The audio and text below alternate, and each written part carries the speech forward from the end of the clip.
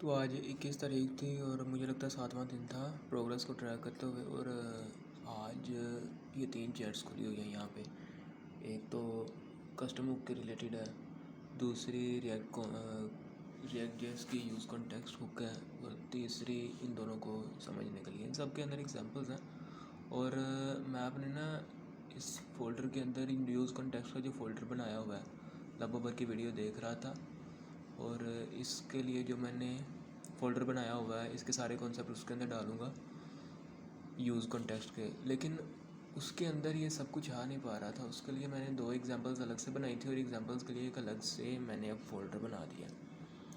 इस फ़ोल्डर के अंदर ही सारी एग्जांपल्स हैं, कस्टम हुक के रिलेटेड है, यूज़ कॉन्टेक्स्ट। क्योंकि एग्जांपल्स काफ़ी ज़्यादा कॉम्प्लेक्स होती जा रही थी तो उन सब को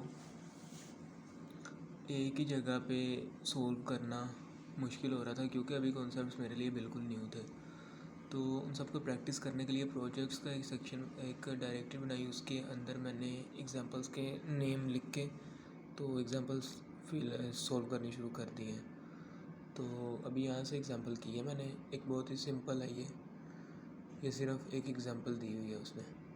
ये वाला तो स्ट्रक्चर है ना, पूरा फोल्डर स्ट्रक्चर। इसके अलावा ये जो फर्स्ट वाली है ना, इसके अंदर यूज़ कॉन्टेक्स्ट को कस्टम हुक को एक्सप्लेन किया हुआ है तो उसको समझा। अभी यूज़ कॉन्टेक्स्ट को दूसरे इसके लिए अलग से फ़ाइल किस तरह से बनाई जाती है वो समझना है। और 2-3 चीज़ें और हैं, मतलब इन तीनों फाइल्स के अंदर जो टोटल कोड है ना उसको ही समझ रहा हूँ। उसके लिए फ़ोल्डर्स भी बने हुए हैं। ज़्यादातर कोड तो मैं एक्चुअली कर चुका हूँ, थोड़ा रह गया। लेकिन जैसे ये फिनिश होता है मेरा यूज़ कॉन्टेक्स्ट का टॉपिक कवर हो जाएगा।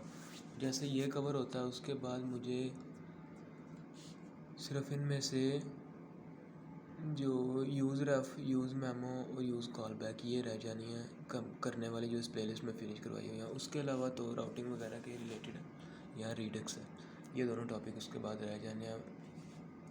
3 हुक्स के टॉपिक्स हैं और एक रीडक्स का और एक राउटिंग का टॉपिक रह जाता है। बस यही रह जाने उसके बाद। मेरे लिए ये वीडियोस बनाना बहुत इम्पोर्टेंट है, क्योंकि इसी की वजह से मैं कंसिस्टेंट रह पाता हूँ, काम कर पाता हूँ।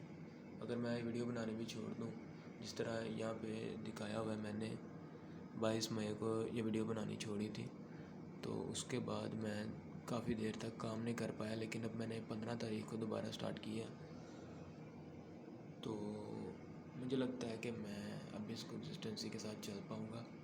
7वां दिन है तो